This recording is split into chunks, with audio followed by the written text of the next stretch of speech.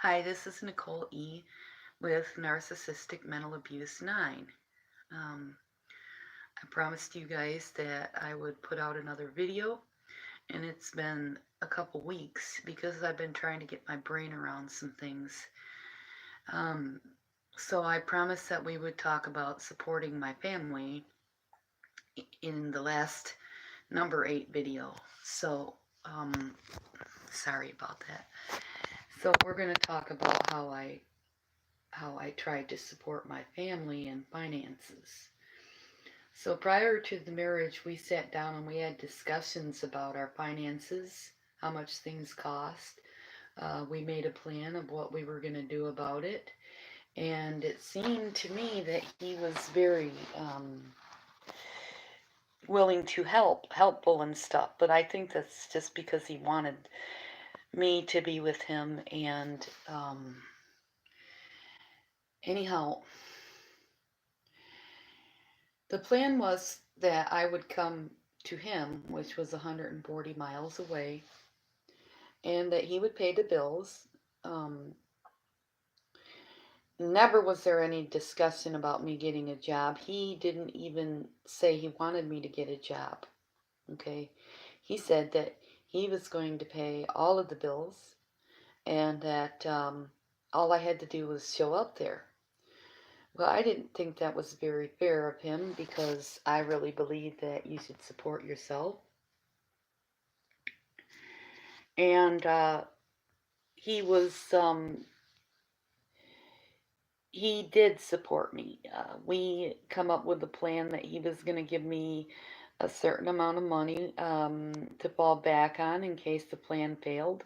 I told him that if I was going to move that far away, I needed some money in case he and I did not work out, and I would need some money to move back home. And I was just being honest about it. I come up with the figure of $1,200, and I said that that was going to be money for the bills in case something happened and he just decided to fly off the handle and not pay the bills.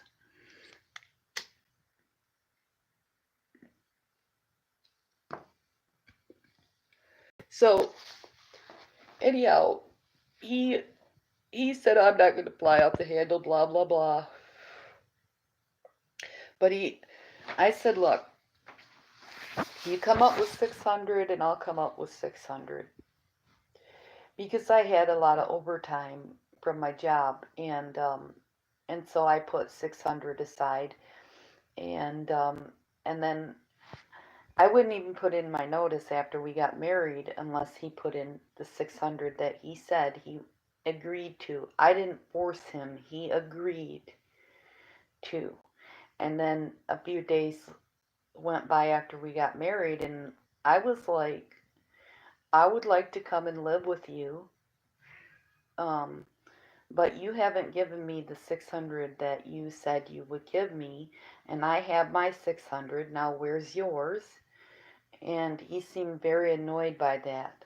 Like I was asking him for um, $1 million. And let me tell you something. This man has quite a good chunk of income. He can afford the $600.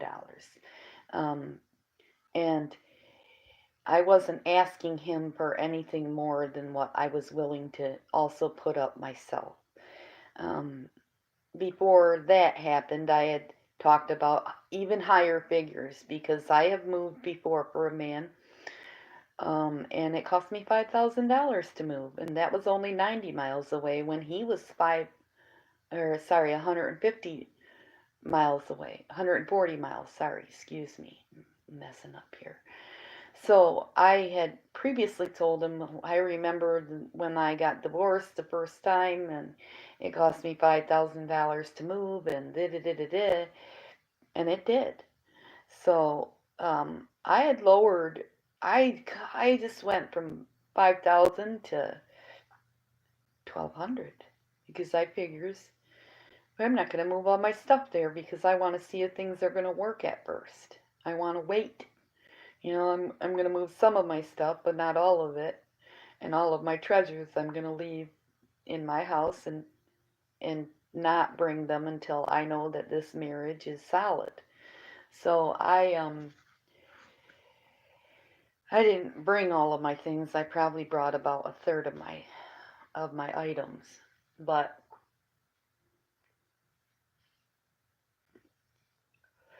after we were married, he's like, "When are you coming?" I said, "When you give me the $600 that you said you would, I will put in my 2 weeks notice at work, and then I will come, because I'm not going to come before then." So he got a little upset and irritated. We went to the bank. He wrote me a check for $600, and I put it in the bank. And I was feeling that I had some fallback on money in case he did something bad. And then later, when I was employed, I asked him, did he want me to pay him back for the $600? Because I'm not a loser, okay? I don't do that.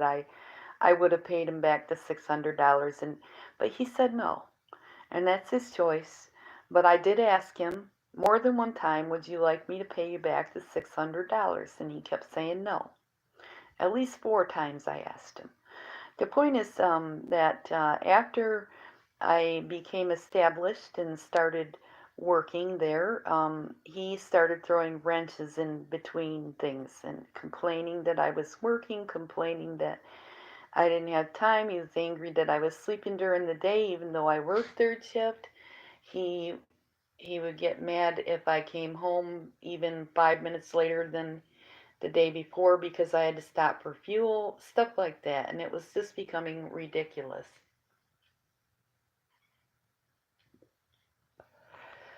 The fact is that I had bills before I married him, and I had a house and a house payment before I married him, and those things still needed to get paid because my daughter was only paying half, and I that was the agreement before we got the house, that she would pay for half and I would pay for the other half.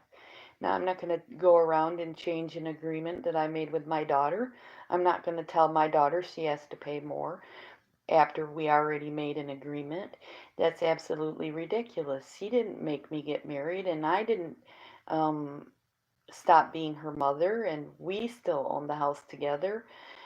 Um, there's no reason why I shouldn't be paying for half of the mortgage. As a matter of fact, because the mortgage was solely in my name, it is my entire and sole responsibility to pay the whole thing. So I was lucky that she is in the home and that she's taking care of the home and that she is paying for half of the bills. And my husband came to me after a certain amount of time and basically told me that I was going to get rid of my house. So we're going to talk about that in the next issue. Because this video is getting a little bit long and I don't want to make really huge long videos. So thank you for listening, and you have a narc-free day. God bless you.